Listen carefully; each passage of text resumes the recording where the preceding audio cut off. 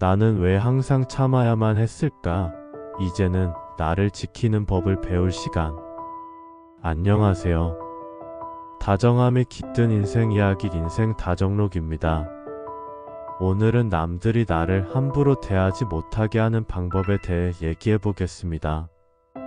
조금 더 따뜻한 말로 풀어보자면 이제는 나를 지키는 법을 배울 시간입니다. 우리의 삶에서 겪는 사람들과의 관계는 때로는 따뜻하고 때로는 차갑습니다.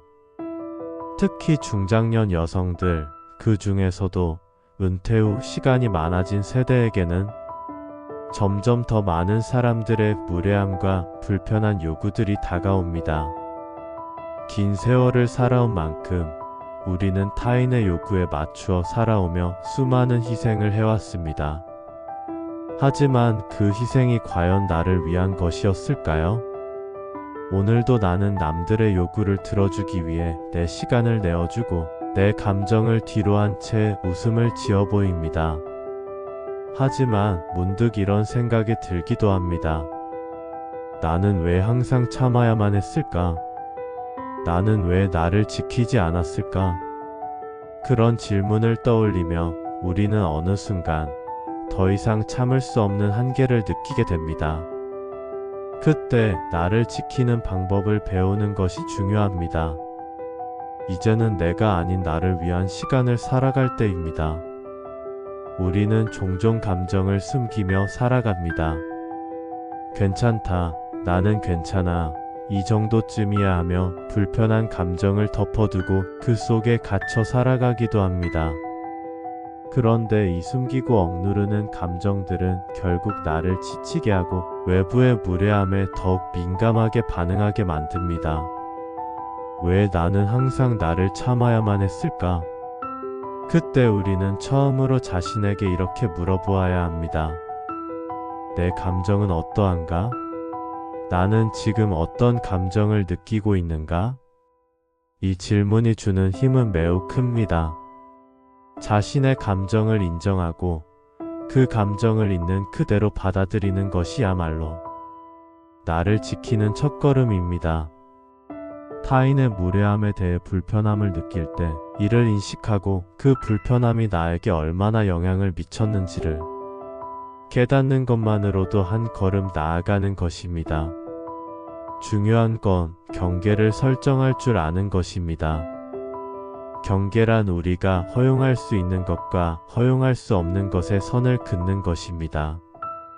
많은 사람들이 나는 그냥 참는 편이 좋다고 생각합니다. 그렇게 타인의 요구를 항상 들어주고 내 감정을 뒤로하면서도 억지로 웃어 보입니다. 하지만 결국 이런 행동은 내 자신을 잃어버리는 길입니다.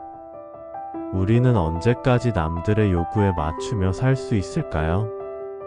이제는 내가 허용할 수 없는 것에 대해 명확한 경계를 세울 필요가 있습니다. 가령 나의 시간이나 감정을 함부로 빼앗기지 않기 위해선 그에 대한 명확한 기준을 세워야 합니다. 예를 들어 매일같이 온 가족이 내가 차린 밥을 먹고 나서 아무런 감사의 말도 없이 사라진다면 그냥 참지 말고 오늘은 제가 너무 피곤해서 밥을 차리지 않아요 라고 말을 해보세요. 이렇게 작은 경계를 설정하는 것만으로도 내 삶의 질이 달라집니다. 자신의 가치를 아는 것은 타인의 무례함을 막는 또 다른 중요한 방법입니다. 나는 나만의 가치가 있고 그 가치는 어떤 사람에게도 뺏기지 않아야 합니다. 우리는 종종 나를 낮추고 타인에게 맞추기 위해 스스로를 무시하거나 자책하곤 합니다. 하지만 나는 내가 가진 경험과 지혜, 나만의 고유한 가치를 인정해야 합니다. 내가 진심을 다해 희생했다고 해서 나의 가치를 외부의 시선이나 평가로 판단할 수는 없습니다. 타인의 무례함에 대응하기 위해서는 내 가치를 스스로 인식하는 것이 가장 먼저 이루어져야 합니다. 나는 소중한 존재이며 내 시간과 감정은 쉽게 당할 수 없는 것입니다. 많은 사람들이 타인의 무례함에 대해 불편해하지만 그것을 말로 표현하지 못하고 묵묵히 참습니다. 그것은 나를 지키는데 큰 장애물이 될 수 있습니다. 무례한 사람에게 단호하게 말하는 것은 어렵지만 그 말을 하는 것 자체가 나를 지키는 중요한 첫걸음입니다. 우리는 감정을 표현할 때 공격적인 말보다는 부드럽고 차분하게 표현하는 것이 중요합니다. 예를 들어, 당신의 말은 나를 불편하게 해요라는 말은 강하게 들릴 수 있지만 그 말이 나를 불편하게 했어요. 다음엔 그렇게 말하지 말아주세요.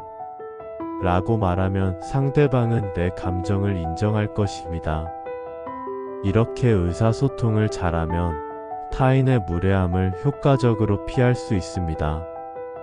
자기 돌봄은 단순히 스스로를 아끼는 것이 아닙니다. 자기 돌봄은 내가 잘 지내고 있음을 스스로 확인하고 내 감정을 돌보는 과정입니다. 나를 돌보지 않으면 타인의 무례함에 쉽게 상처받습니다. 자기 돌봄에는 신체적인 것뿐만 아니라 정신적인 측면도 포함됩니다. 자신을 위한 시간을 갖고 취미 생활을 즐기고 충분한 휴식을 취하는 것이 자기 돌봄입니다. 자기 돌봄을 실천하면 나 자신을 돌볼 수 있고 타인의 무례함을 차분하게 받아들일 수 있는 여유가 생깁니다. 우리는 혼자서 모든 문제를 해결하려고 할 때 지치고 힘들어집니다. 믿을 수 있는 친구, 가족 혹은 지원 그룹은 나를 지킬 수 있는 중요한 자원입니다. 나의 감정을 나누고 힘든 이야기를 털어놓을 사람들이 있으면 힘든 상황에서 버티는데 큰 도움이 됩니다. 지지 시스템은 나를 지키는 방어막이 되어줍니다. 혼자서 해결하려 하지 말고 필요한 때에는 다른 사람의 도움을 받는 것이 중요합니다. 어떤 상황에서는 전문가의 도움이 필요할 수도 있습니다.